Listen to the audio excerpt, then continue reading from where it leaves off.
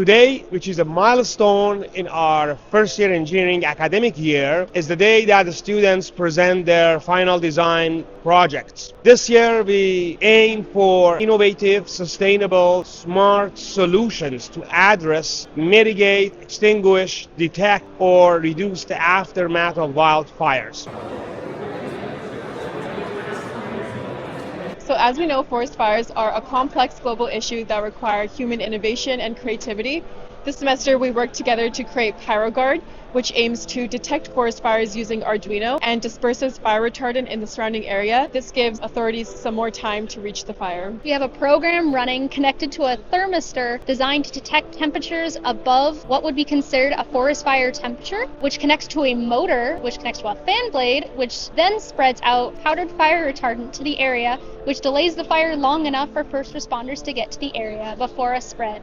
All right, this is our 171 project. We're doing a firefighting drone. So this has been on the market many times. However, our design is totally revolutionary. As you can see, we have 4 different design track systems, 32 balls. We have a sensor in front and a display in front. So if you huck a fire right in front, it detects fire.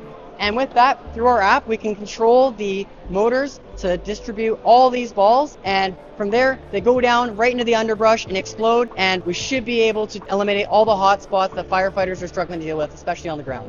This is Ember Alert. It's a walking stick thermal probe hybrid. It's made for firefighters who are going into post-wildfires, checking for hotspots in the ground. Hotspots can reignite, so it can be detrimental to post-wildfire. What firefighters are doing right now is that they're using their senses to put their hands into hot smoldering embers to make sure that hotspots aren't there. So what our project does is it provides the tool to check for these temperatures without having to use their hands. And it also provides them with a way to connect a GPS and data collection software all in one. We've designed a mask for firefighters since the current standards for masks is an N95 or a bandana. Many firefighters choose to not wear a mask at all, which leaves them completely unprotected from inhaling any particulates and gases in the field.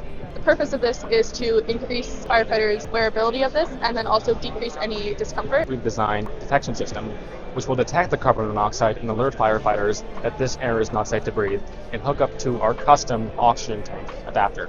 Currently, BC Wildfire is looking for a new mask to adopt. We need to apply and receive certification from the National Institute for Occupational Safety and Health. So the main priority for us right now is to apply and receive that certificate. The fire kicks are a product that feature a extending blade that extends past the toe to allow firefighters to kick out hot spots without having to bend down. Also fold in for increased mobility.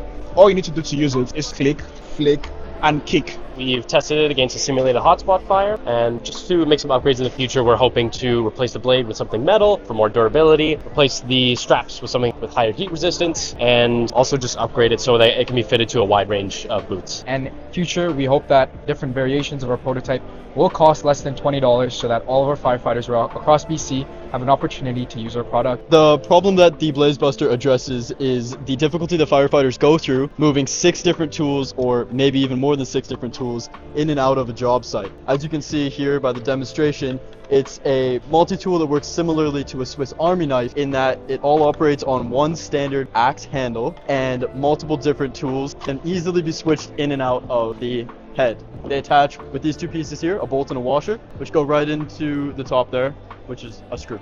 Currently, there's a water table all over the Okanagan. We made a design that allows us to hook into existing pumps to get that water to the surface. We harness the wind produced from a forest fire, and when the wind blows on the blades, they turn, and there's water being sucked up to the ground. And from that point, firefighters can attach any hoses or water collection systems so they can fight the fire right at the edge of the city instead of having to transport a lot of water, and it can save them a lot of money. And also, if the power goes out in the city, this is all mechanical. There's no electronic components. They can use the mechanical energy to still fight the fire. So here we have the Fire Location Alert and Response Equipment, or FLARE. The FLARE is used to detect wildfires and alert users with Bluetooth connectivity. It is equipped with a gas sensor, fire sensor, LEDs, and an alarm. Once the gas sensor detects high amounts of smoke, a yellow LED will emit, and the user is alerted of a high fire chance at a given address. If the fire sensor is detected, an alarm will sound, and the red LED will turn on, and that warning is relayed to the user's electronic device.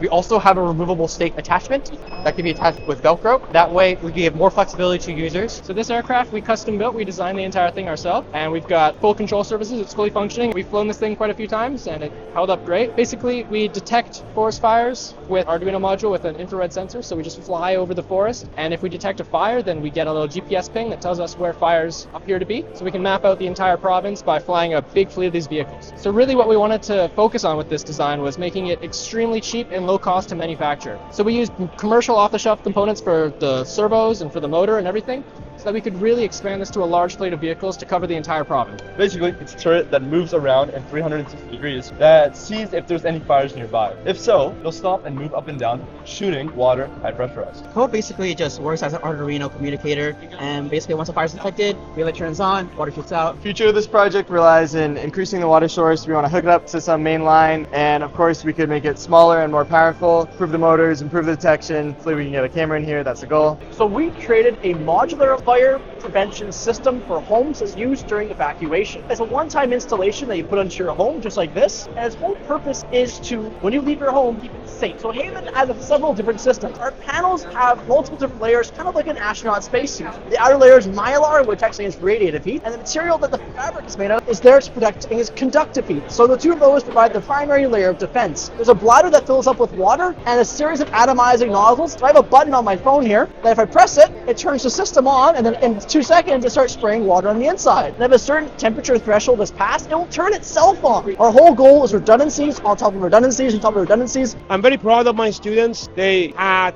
lots of interesting, smart, competent, clever, and caring projects. I think it's very important for them. They use whatever they have learned theoretically and put it into a practice. I'm sure many of the students will end up doing design in their future career, and they set the bar very high. These are students who will end up to be engineers with social consciousness, the one that we trust to be the leader of the future.